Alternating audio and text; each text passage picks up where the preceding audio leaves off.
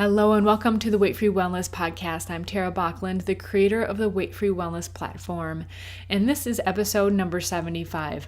I'm so pleased to be working with Lori Rose. I learned many new things in each episode that she brings out. She's a contributing podcaster with the Weight Free Wellness platform, and today she interviews Rosalee de la Foret, who is a clinical herbalist, an herbal mentor, and author, and just a delight, as you'll hear. And they talk about the herb deficit.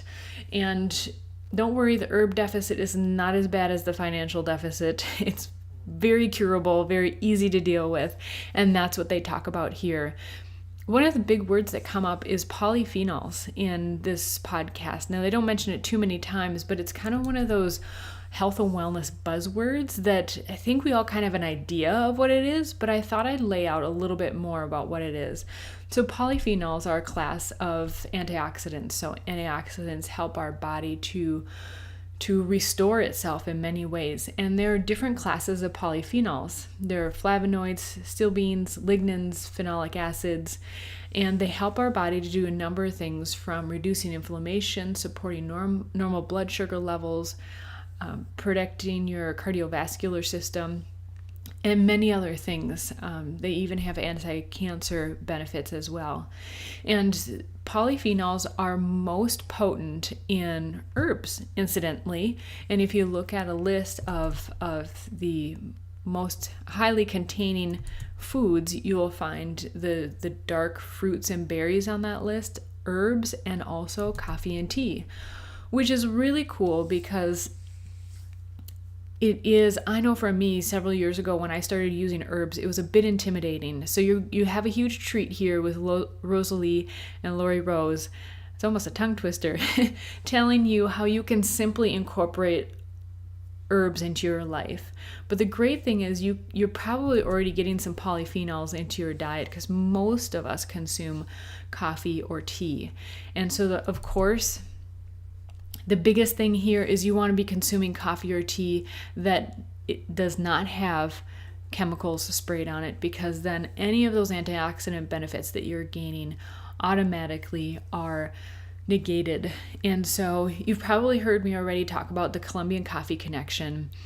You know, you could consider that I'm more of a sponsor of them. They're not necessarily sponsoring the podcast yet. I'm a huge backer and supporter. We were in Colombia recently, and I got to see not only where this coffee comes from, but the dedication that these people have to creating really great coffee.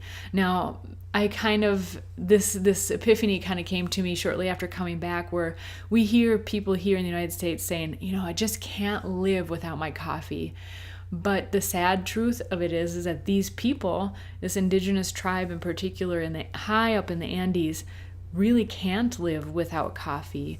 And so not only by purchasing this coffee are you supporting their really humble lifestyle, but an actual living. We're dedicated to paying beyond fair trade. You'll get to learn a little bit about that at the Colombian Coffee Connection website, and that's the ColombianCoffeeConnection.com. Without the part, ColombianCoffeeConnection.com, and Colombia COLO. And it was such an amazing experience. And not only are these farmers creating really high quality specialty, from high altitude coffee, but they're so dedicated to learning how to make better coffee. I could go off on so many tangents, but that is one simple way. If you're already drinking coffee, not only can you get great quality polyphenols into your diet, but also see the causes that are being supported as we speak. It's a very young and new company, but there's already humanitarian efforts underway and nearly completed. So check them out, ColombianCoffeeConnection.com.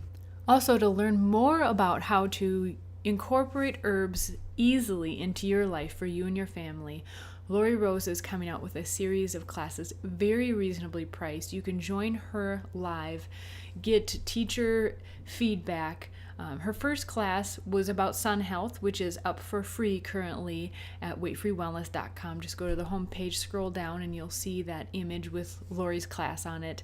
And then next is Herbs for Energy. I've already read her ebook on this, and I'll tell you, I'm super excited about this. I love how Lori energetically herself, she's definitely the key person to talk about this, how she energetically presents this information, but makes it so easy to incorporate into your life. So if you, like me, a couple years ago, I was so intimidated about using herbs and how to use it, and especially with my friends and family, I was willing to experiment on myself. But if that is you, definitely check out her upcoming classes. That's at weightfreewellness.com. Just scroll down for the image there and you'll see how you can join there. So here you go. Here's episode number 75 with Lori Rose and Rosalee. Enjoy. Hello, everyone. This is Lori Rose with Lori Rose Holistic and the Hill College Holistic Wellness Pathway.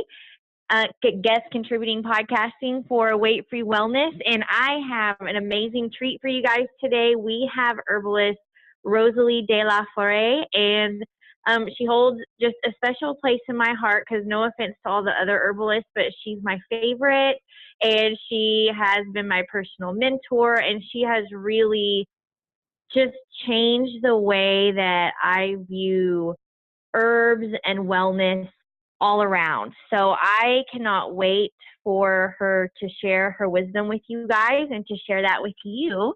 So Rosalee, thank you so much for taking time out of your busy schedule to speak with me today, and welcome to Weight Free Wellness Podcast. I'm happy to be here, Lori. Thanks for having me. Yeah, we're happy to have you.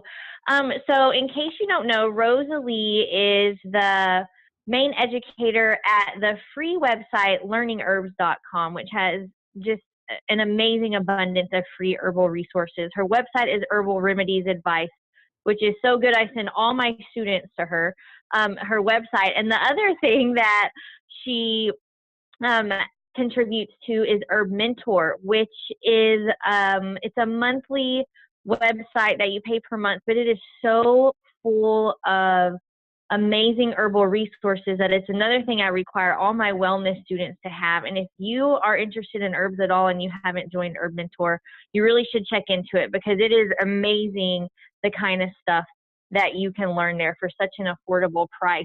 And I bet Rosalee didn't know I was going to sit here and pitch Herb Mentor. I didn't know either. I just kind of spilled into that because it really has changed my life with herbs. And one thing that has really been brought to my attention, I first started looking into herbs as a way to make my own tea and grow my own tea because I wanted to decrease my carbon footprint. And I was like, well, I don't know which herbs to mix and not to mix, and I don't want to die. So I'm going to learn everything that I can about herbs.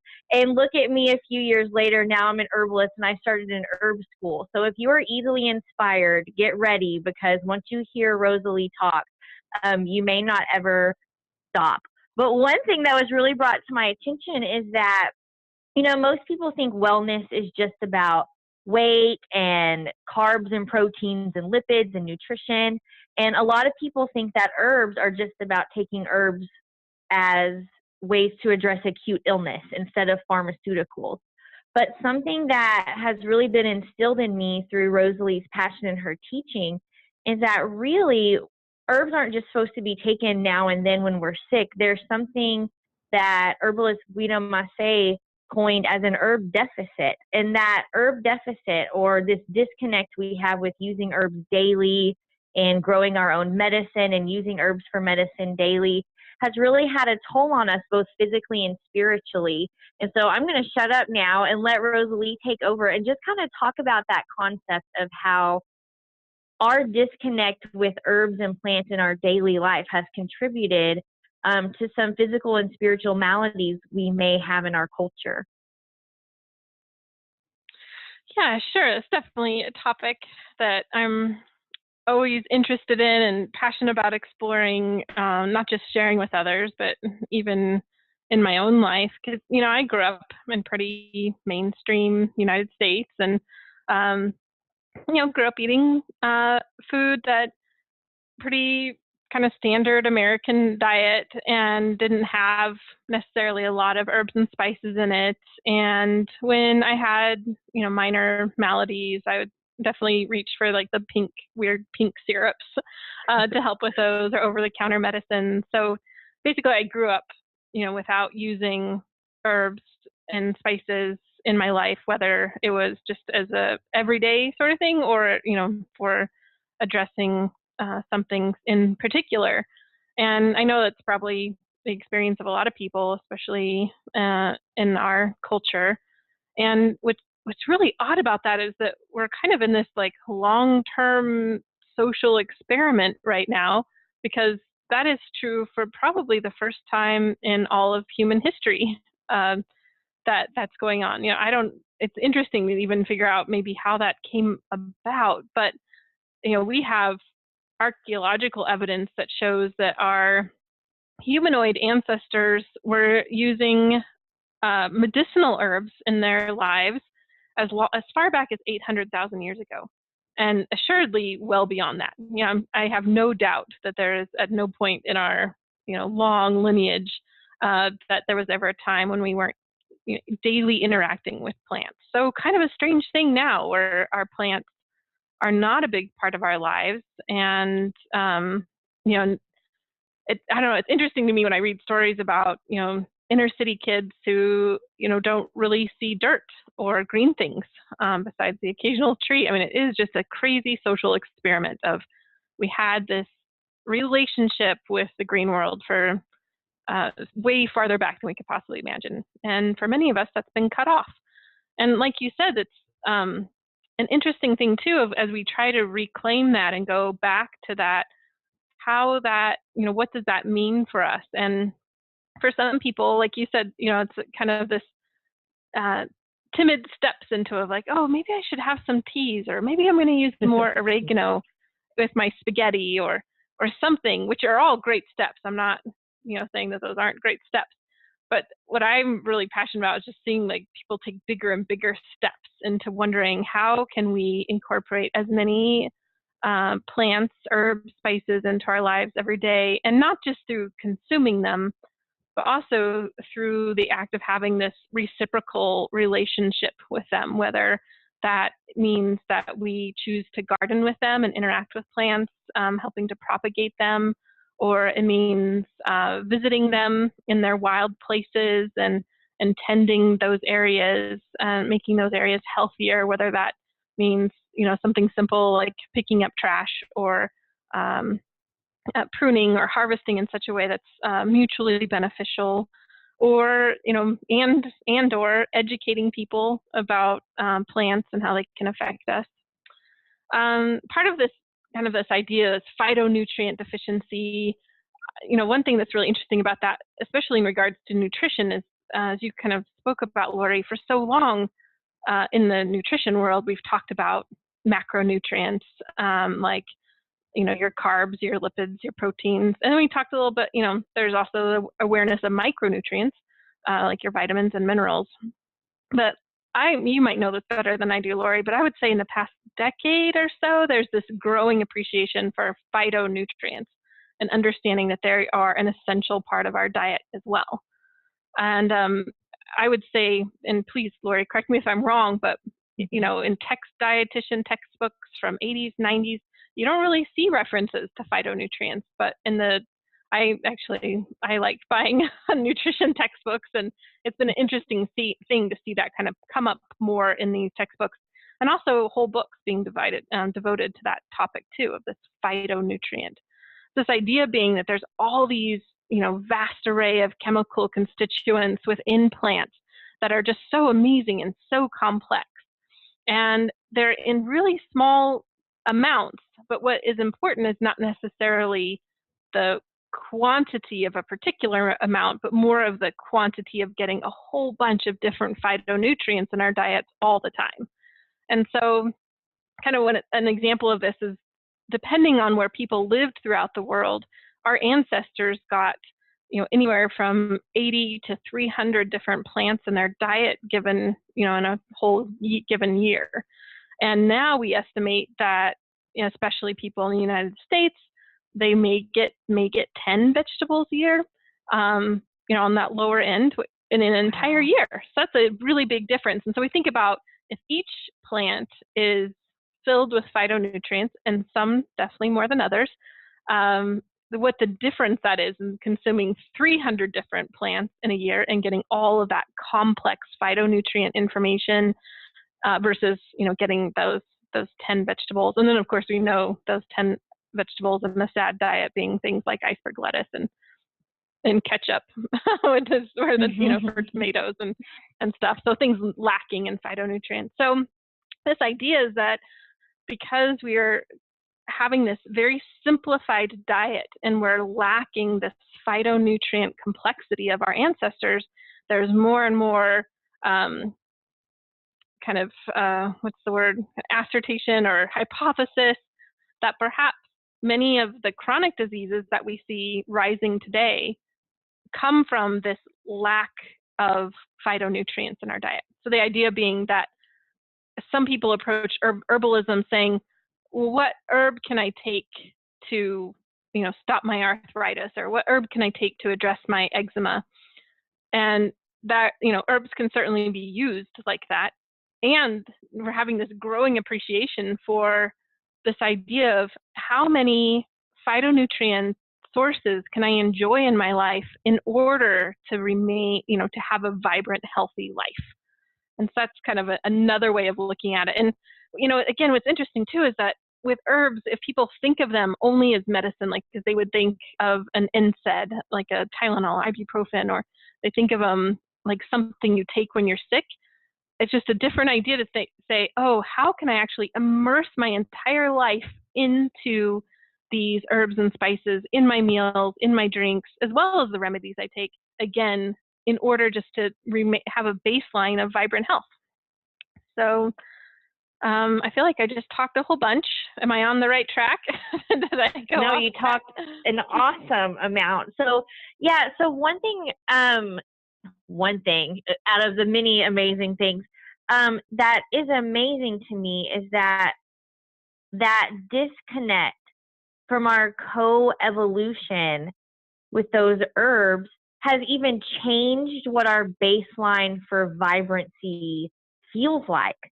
So do you think that we're walking around thinking that we have this vibrant life, and then we do start to immerse ourselves in herbs, and that baseline will rise, and that will reach this level of vibrancy we didn't even know existed because we've gone from this phytonutrient complex coevolution with plants to this simplified diet? And I love that's how you described it, because that is what it is. It's just very simplified and lacking diversity.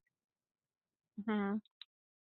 I think that's certainly a possibility, sounds very likely to me that, as we incorporate more and more plants, even as like an entire society, that we have a better understanding of health and well-being, and even just in a felt sense. And I think another part of that is, I've touched on this just super briefly, but so we have this idea of like consuming the plants, like we could order some thyme and oregano and turmeric and, sprinkle that in our foods.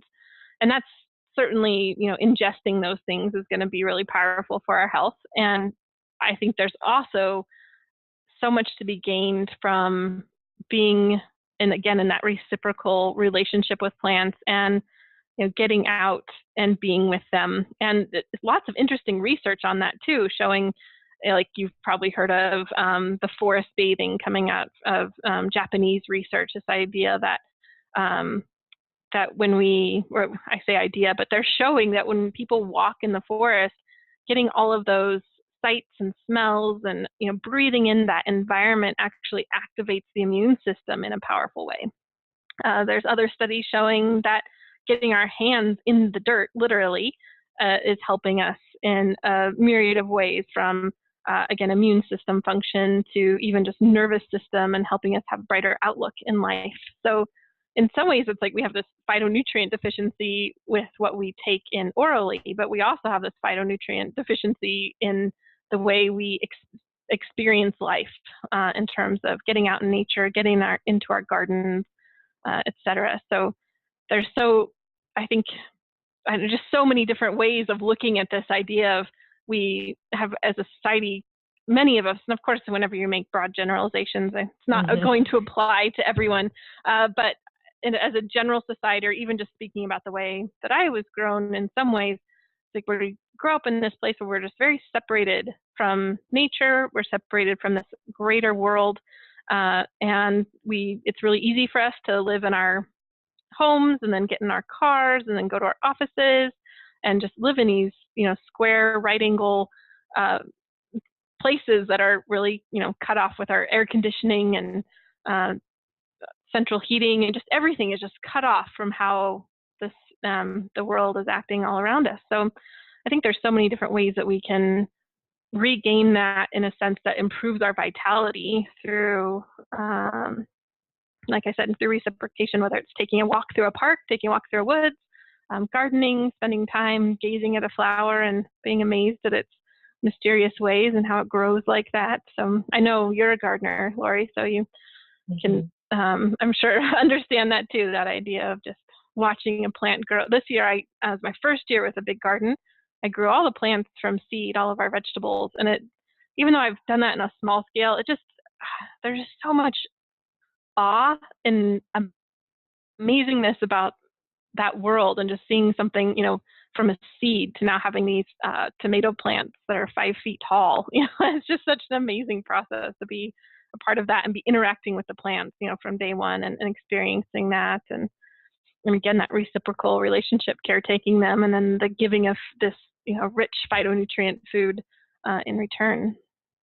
Yeah, and knowing that becomes a part of your actual cells and a part of your actual body. Like, in a sense, when you reconnect with that part of your food, you're growing the future of your body. And it really is miraculous if you get down to the cellular level, and then if you think about like how amazing life is, wherever it came from or however it started. It's incredible that seed can become pounds and pounds and pounds of food to feed you all through the winter.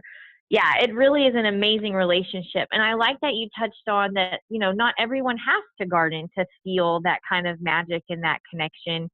But anyway, we can get outside and kind of step away from that convenience of our fast-paced culture and slow down and reconnect with that outdoor relationship is so important to help us, reconnect to those gifts that nature does give us. So what are some other ways? What would you say for people who are now inspired to, as you said, immerse your life into herbs? What are some ways that people can do that? Well, so many.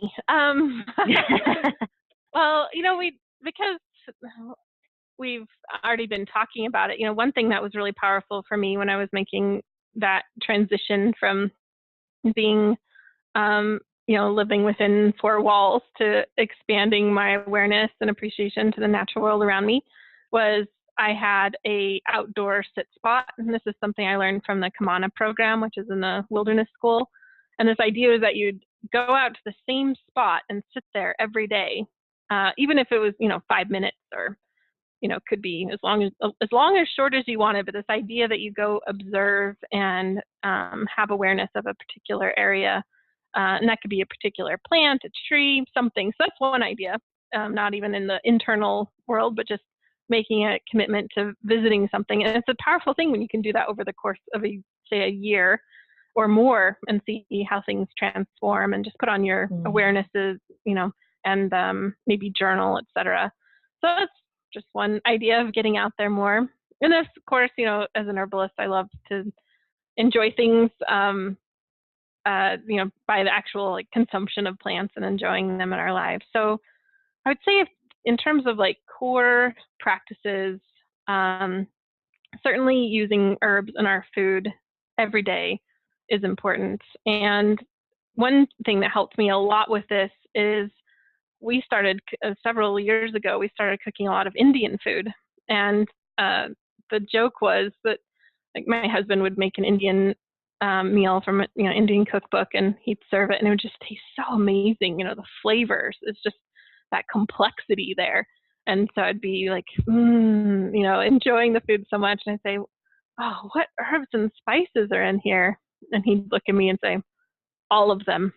And, by learning to cook, and not just Indian food, but so many different foods from around the world, they haven't lost that of using a bunch of herbs and spices in their meals. So they, by studying those recipes and making them, you can really see how you can get 5, 10, 15, 20 different herbs and spices in one meal and have it taste incredible.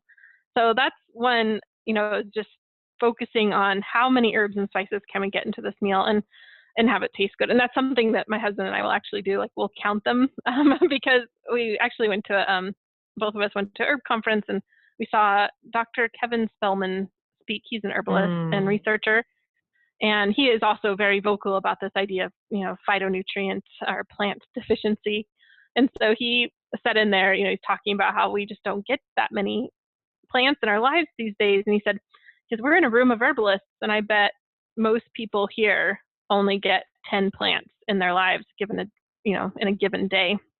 And so I took that as a challenge. I was like, And so, we started counting, like literally counting all of the different plants that we could get into a particular meal. And so that can certainly be just a fun thing to do. And I did that recently on Facebook. I challenged people to spend, for a first day, just not changing anything that they do, count up how many different sources of phytonutrients they have. So certainly we can't count the phytonutrients because that would be incredibly a lot of work. Plus, we don't probably even know them all. But you could say, like, I had an avocado, I had oregano, I had tomatoes, whatever, those sources are, and count those for one given day. And then, spend a week working on getting more and more and seeing that difference. So that was really powerful for me. Even back, I was already, drinking the herbal Kool-Aid, so to speak. I was already really into herbs, but that Kevin Spellman, he really inspired me to, see how much I can push that. Of course, as herbalists, if we're drinking teas and stuff, we can get, it's really easy to get a lot in. So that's one way, infusing it into your food every single day. Another thing that I do a lot, of course, is herbal teas. And I love herbal teas, like really simple, infuse some chamomile in hot water for 5 minutes and enjoy that, or herbal tea blends. But one thing I do I learned from Susan Weed, and is a kind of a common practice within the herbal world, is something called nourishing herbal infusions. The idea with nourishing herbal infusions is that you choose plants that are really high in nutrients, like your micronutrients, so your magnesium and mostly minerals, really, but we really want those nutrient-dense plants. And you'd use a lot of herbal material when making an herbal infusion, generally 1 ounce of the plant. So some favorite plants for herbalists, stinging nettle is kind of a classic one, and one that I use all the time. Dried oat straw, red clover, alfalfa, all these nutrient-dense plants. So you take about an ounce of herbal material, which by volume could be like with stinging nettle, for example, if it was finely cut and sifted, would be about 2 cups of material. And you put that into a quart jar, and then you cover that with just boiled water and fill up the jar. So you have a little less than a quart of water in there. And then you let that steep.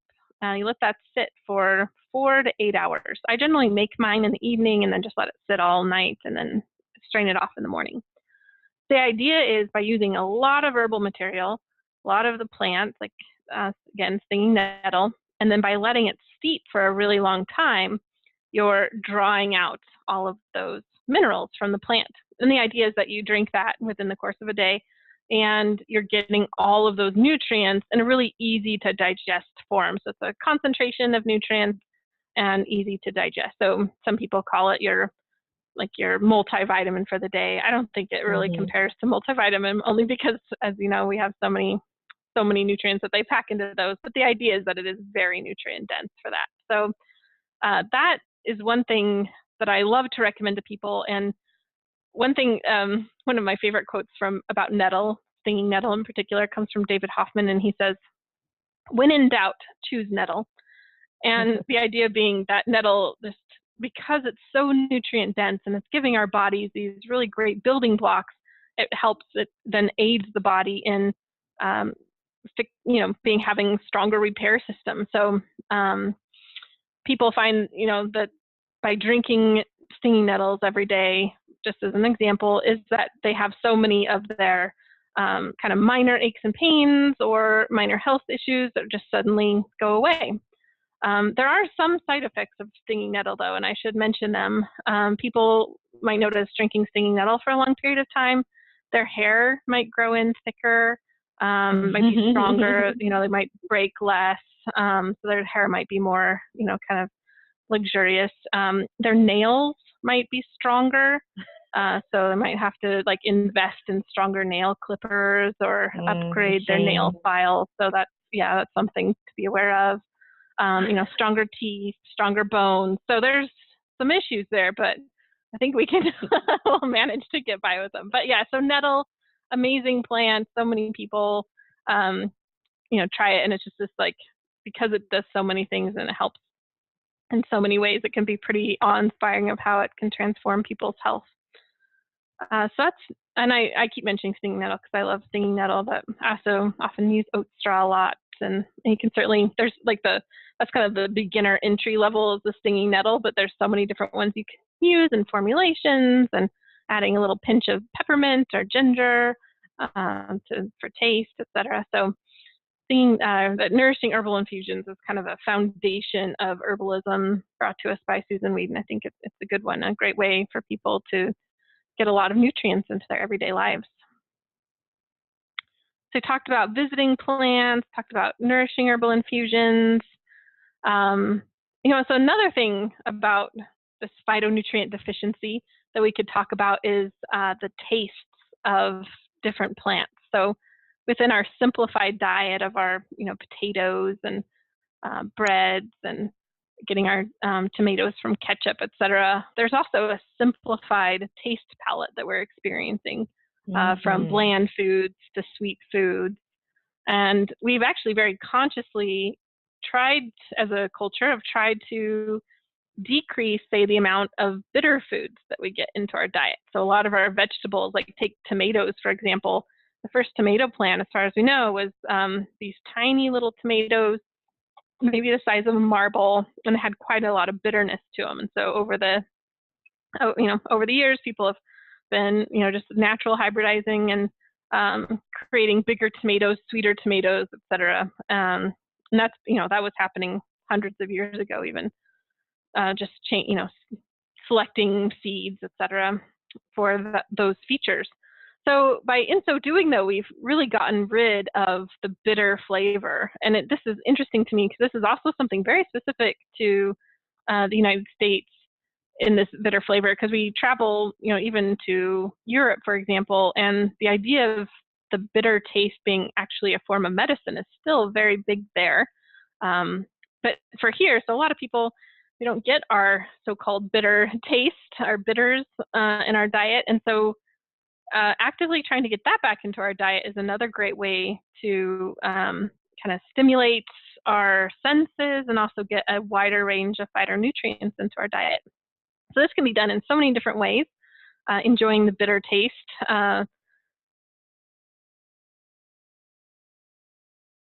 Bitter salad greens, so breaking out of the romaine lettuce or butter lettuce and adding some radicchio leaves, adding some dandelion leaves, adding any kind of salad greens that have this more bitter taste to them. So that could be a fabulous way to get that into our diet. And maybe I should talk about why we even want to have bitters in our diet, not just because it's enlivening the taste, breaking out of this idea of just bland or sweet taste. But the bitter taste, if you think about a time when you've had a bitter food, and this also kind of works for sour taste too. So you imagine biting into something bitter, biting into something sour, and a lot of time people just imagining that will feel like they're salivating more in their mouth. So that is a really important digestive process, right? The idea of increased salivation helps to break down carbohydrates, but it also helps to start this whole cascade of digestive events, from increased hydrochloric acid to increased bile production and use of bile. So that's release of bile, I should say, from the gallbladder. So that bitter taste is a really important digestive function. And so herbalists are really passionate about this. I think it was James Green, who's an herbalist, he first coined this as bitter deficiency syndrome.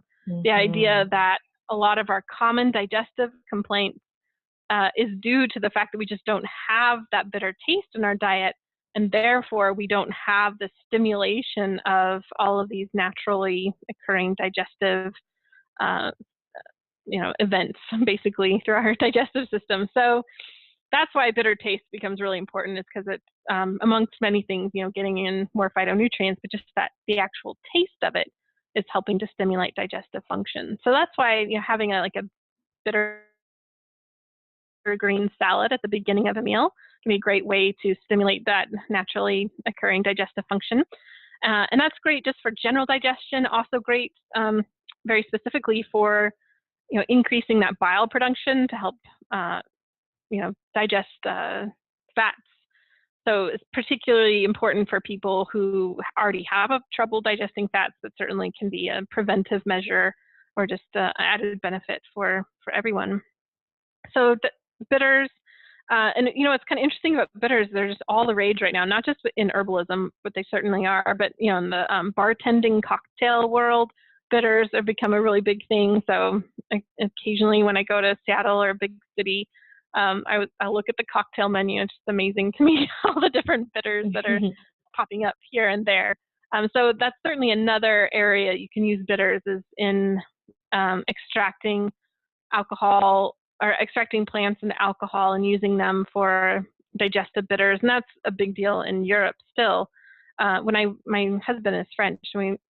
First time we went to go visit his family over there, his dad took us kind of like bar hopping, so to speak. But what we were doing is we were going to these different bars and tasting their different house-made bitters. And that's out in the Alps, and they're just using their local plants there for their bitters. And so that's in the Alps, where they have these super rich food, lots of cheese and cured meats and potatoes and just really heavy food, especially in the wintertime. So you can see why that bitters becomes really important there, right? Because they're stimulating their digestive function, which they're really going to need with all of that heavy food. So bitters, so that's another part of it. And that could be, herbalists might make a bitters tincture formula, which is an alcohol extract, and just take that a little bit before meals. And that's something you can make yourself, or you can readily find them now, health food stores, these bitter blends. And that can be a way to do it. I think some of the romance is taken out of it when you have your tincture bottle and you're just taking a few drops of tincture in your mouth before a meal.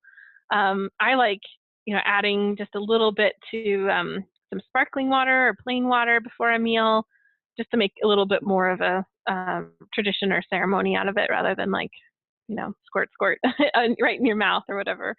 That's something Tammy McBride talks about, is making it like a culture or an event or a tradition in your house. So you could just squirt it on your tongue, or you can have it be this event that you do before meals as a family or a community, and get yourself mentally ready for your meal. So I like that idea. Yeah, it was something I really got in France, because that's so we go to France to visit my husband's family, and so we're visiting, and he has family all over France. So we're going from family to family member, and this idea of the aperitif, which is like your before drinks and usually little snacks, and in the more formal meals, there's always that moment of an aperitif where you're just having a little drink, and it doesn't have to be alcoholic, but often is. But having your little drink and maybe a little couple things to munch on. But it's a moment, it's a pause, it's a coming together. So, and that's where I got that, because I'm like, wow, when I'm in the States, I just have this tincture bottle on my table and I just squirt some into my mouth. It's just oh, that's not as fun. So I like that a lot, just making that a moment. Yeah, and just another way to force us to slow down, stop being so busy, stop and notice, take some time. Yeah, absolutely. So you told us. Oh, go ahead. Oh, it's fine. I was just going to recap of we're having these different ways that we can experience herbs in our lives, from the nutrient dense qualities to them to this the bitters, which we've talked about, it not only expanding our tasting palette, but also even perhaps a social moment of coming together. And like you said, I really like how you're accentuating that, the slowing down and appreciating things. And one thing, just because I brought up taste, that I wanted to mention is that, so I've talked about our kind of simplified taste that we have in our standard meals in the United States, and how that lots of sweets and blands. In many, well, I don't know about many, but I know in Chinese medicine and in Ayurveda medicine, from China and India, I was taught that there's this awareness that you need to have all tastes present in a meal in order for that to be a whole meal, which I just think is kind of interesting, especially when we think about from a nutrition perspective and how we might think about macronutrients and have a balanced meal. And there's this other idea that it's not just the macronutrients, not just even the micronutrients, but also this idea of flavor and taste, and how we need all of the taste in order to have a complete meal. So that's one thing that a lot of my teaching center around, is this idea of tastes and looking at herbs and their actions through the different tastes that they have, and incorporating all of those into your life. And again, it's just this kind of overcoming our simplified diet and really embracing this more complexity through the plant world. Yeah, and I think that was one of, it's funny, I've been teaching nutrition for 10 years, and I never even thought about the different tastes. It just feels weird to say that out loud. But you've mentioned sour and you've mentioned bitters. Are there other tastes that we can pay attention to that mean certain things or indicate herbs? Yeah, so I mentioned bitter, briefly mentioned sour, and then I actually kind of talked about salty. I just didn't say that, but many of our nourishing herbs, for the nourishing herbal infusions, they are said to have a salty taste, like stinging nettle and oat straw. And the idea isn't that if you tasted them, you'd be like, oh, that tastes like salt, like table salt. But the idea is that more the salty taste is kind of this larger understanding of this mineral taste. So herbs that are designated under the salty taste are considered to be high in minerals. And so they're very, giving us those building blocks again from that kind of more micronutrient perspective. Then there's the pungent taste, and that's kind of like an old term word that is used often when you're studying Chinese medicine and Ayurveda. Another way to think about the pungent taste for a lot of these herbs is that they are aromatic, so that these plants are ones that are high in volatile oils, and so they have a distinctive smell and distinctive taste. And these are ones that we're all familiar with, from lavender to rosemary to thyme, black pepper, ginger, and on and on and on. So a lot of our culinary herbs are classified under this pungent taste, and this aromatic qualities are really powerful for digestion again, similar to bitters, but in the pungent taste, I don't know if I want to open this can of worms, Lori, but pungent taste, these are more warming herbs. And so an easy way to think about that is if you have ever had some ginger tea, or had raw garlic, or even just a pepper, right, that tastes warm or hot on your tongue. And if you have that as a tea, you can imagine drinking that, and you can feel that heat all the way down your esophagus. You can feel it in your belly, and oftentimes if it's really warm and really aromatic, you can even feel that spread from your core out. This idea is that it warms the body, it warms the digestive in this aromatic way. So a lot of those herbs actually help facilitate digestion. Many of those herbs under that classification, not all of them, but many of them can be relaxing in nature, and so it's often used not just for the physical act of digestion, but also for relaxing the nervous system. So we call those relaxing nervines. So it can help somebody's feeling anxious or stressed, or simply just want to the act of taking a deep breath can help relax the nervous system. Kind of similar thing if you think about these herbs, like chamomile, for example, classic example of that relaxing nervine quality. So pungent foods or pungent herbs, aromatic herbs. There's so many different things. That's actually our two biggest tastes in herbal medicine are pungent and bitter, and both of those tastes, I'm kind of glossing over a lot of them, but I would say, they're both really well known for digestion in different ways. And then they have like a ton of other things that they do too. But with the aromatic herbs, we can just think about it as like stimulating and moving. Really the best way is to have a cup of ginger tea and just feel what that feels like in your body. And that's a great example of that pungent taste. Yeah, and then there's a sweet taste. So we have the sweet taste in herbal medicine too. And the sweet taste, like how salty doesn't necessarily taste like salt, the sweet taste doesn't necessarily taste like sugar. Although we do have some very sweet herbs, like licorice, that have that sweetness to them. But sweet herbs are more, rather than that overt sweet taste, these are herbs that are building and nourishing in nature. So examples include, trying to think of some like well-known examples. I don't really know. I'll just name some. So some examples could be like ashwagandha or ginseng. That's what I was going to say. Yeah, those two are building. Even this is actually where a lot of our food falls under the sweet taste. So if we think about like root vegetables and how they are building and nourishing the system, you imagine like having a beet carrot stew in the wintertime and how that's building and nourishing. That kind of exemplifies the sweet taste in a good way. So whereas the aromatic herbs are kind of stimulating and enlivening to the senses, just like crushing some oregano and smelling that, enlivens the senses in a way.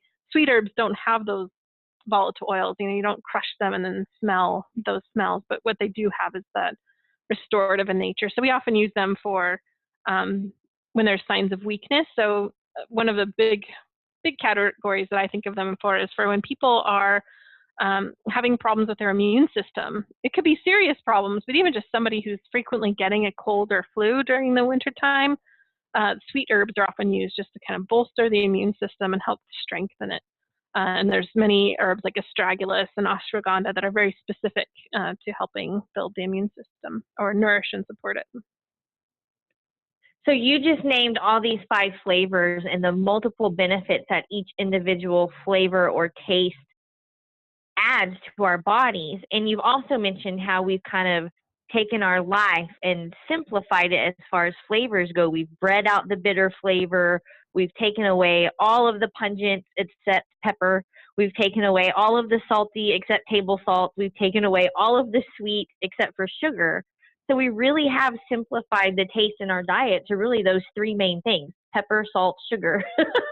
And so we're missing out on all those other phytonutrients and all of those herbs and those benefits. And I like that you imparted the ancient wisdom to include all the 5 tastes or all the 5 flavors into our meals or into our daily lives because of all those benefits that you just mentioned. And it really does take patience. I think it takes a palate training whenever you want to start incorporating these 5 tastes into our life.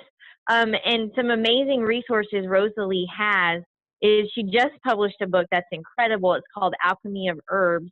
And I strongly recommend it. For one reason is if you're just now getting into using herbs, especially that pungent taste and starting to cook with herbs, that's something none of us know how to do anymore. We know how to empty packets out of a package in a box.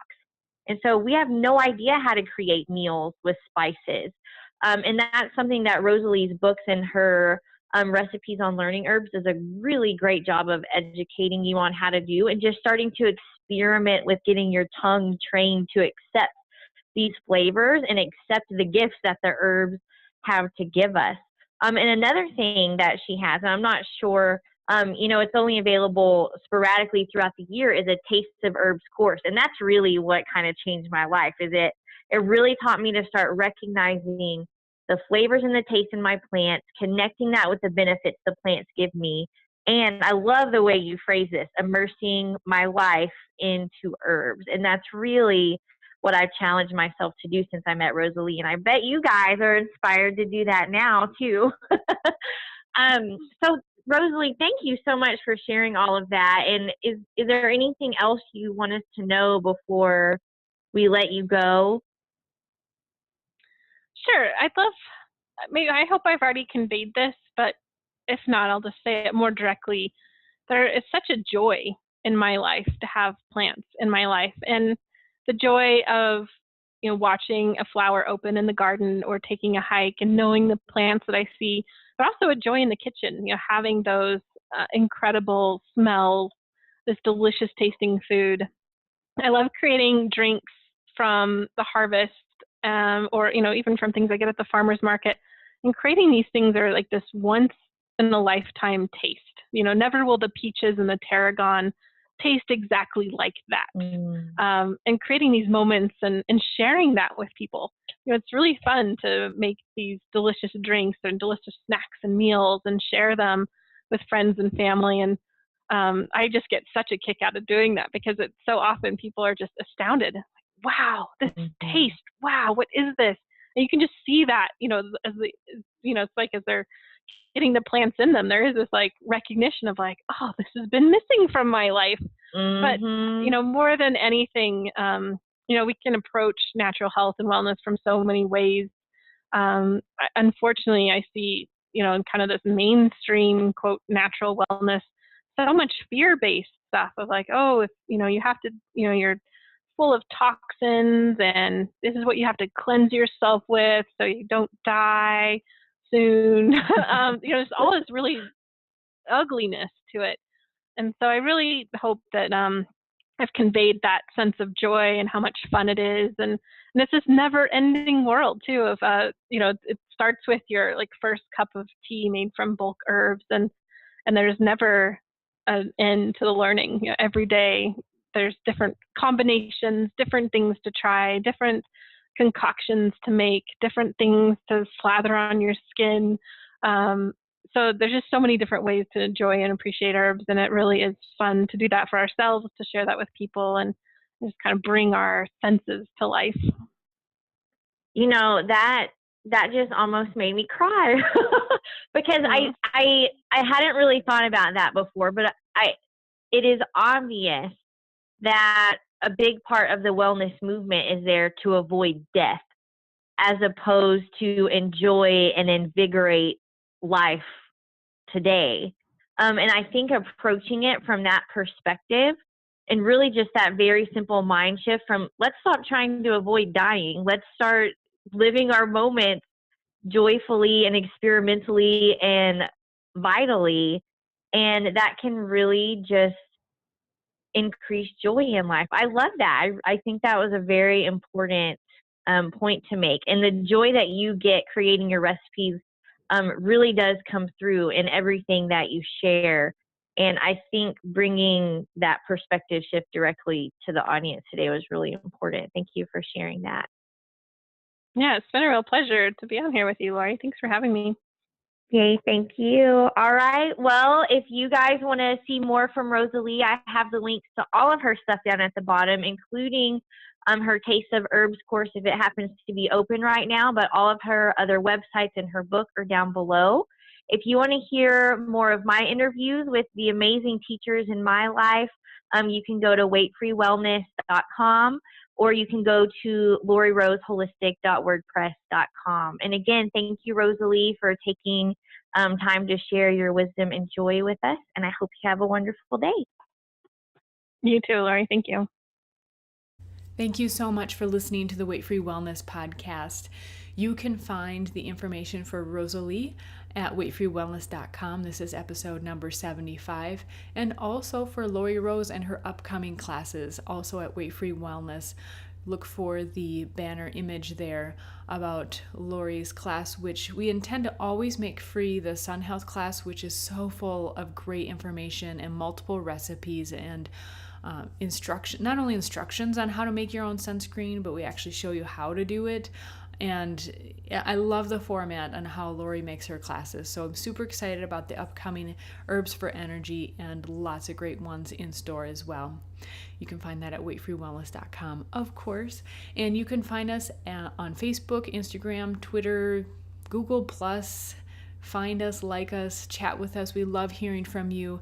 And we would love also to get a review on Facebook or on iTunes, you letting other people know that this is a worthwhile resource to help you see, to help everyone see that being well doesn't have to be complicated. It can be simple. And that's really the message that we're striving, not only the message, but tools that we're striving to get out there to help you live a simply well lifestyle. Thank you so much for listening. Have a great day, everybody. Bye-bye.